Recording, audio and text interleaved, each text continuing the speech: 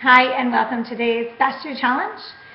So we've been talking a lot about setting goals and how to set them and to really envision them, to create them and create a team of people around you to hold you accountable, to lift you up. And so today I'm going to focus on something a little bit different. I'm going to talk a little bit more about ego.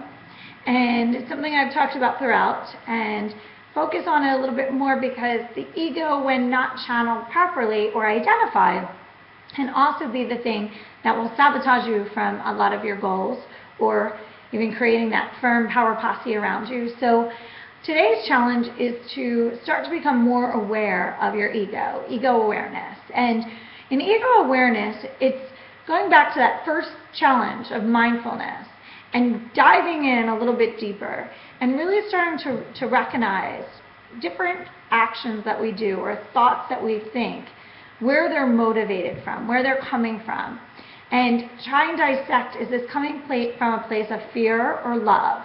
And so the best way to understand fear and love, I and many people recognize it as, love is all things abundant, kind, generous, thoughtful, giving, of service, all the positive, peaceful, harmonious emotions that make us feel good. And fear is ego. It's an equivalent. Fear is scarcity. It's jealousy. It's negativity. It's gossiping. It's complaining. It's all of those negative emotions that cause us to feel anxiety, to feel worry, to not feel as energetic and happy.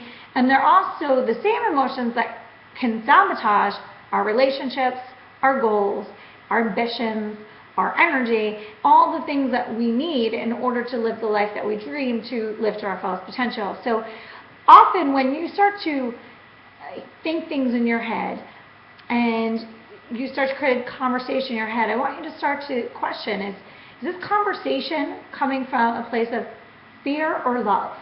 Is it coming from my ego, equaling fear?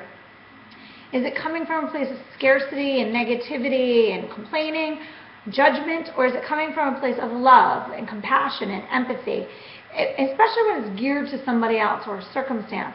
Often, when you get into that place of ego, it can sabotage all that ability that you've developed right now or thus far on working on compassion and empathy and forgiveness and all of those things, because our ego becomes so loud and dominant and negative and talks you into all of these sabotaging thoughts so it can control you. And to be in total control, so to speak, is to be in a place of bliss. There's a Buddhist saying that you've reached a higher level of enlightenment once no one around you can affect you.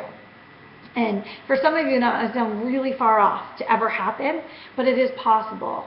And it's possible to at least manage a greater percentage of the time that you're doing today, whether it's 50% more or 80% more. It's still something that you can work towards to achieve. So ego awareness is starting to call out the ego when the ego is trying to sabotage something. Sabotage your happiness, your bliss, your goals, sabotage relationships, sabotage your friendships, sabotage anything around you. And the ego will shout out and scream and go into all these old fears that I'm being taken advantage of, or someone's doing this to me. But always can we step out of ourselves at that moment and say, what place is this coming from? Is this coming from ego or is this coming from love?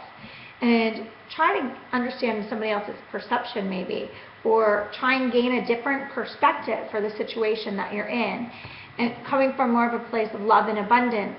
And you'll see a lot of miraculous shifts in your life, a lot of new opportunities and people coming to your life, and a lot less scarcity in your life. So today's challenge, not just today, but every day going forward, is to have a greater sense of ego awareness and start to call out your ego when it's screaming, shouting, stomping, and kicking and screaming to hold you back from achieving all the things that it is that you desire.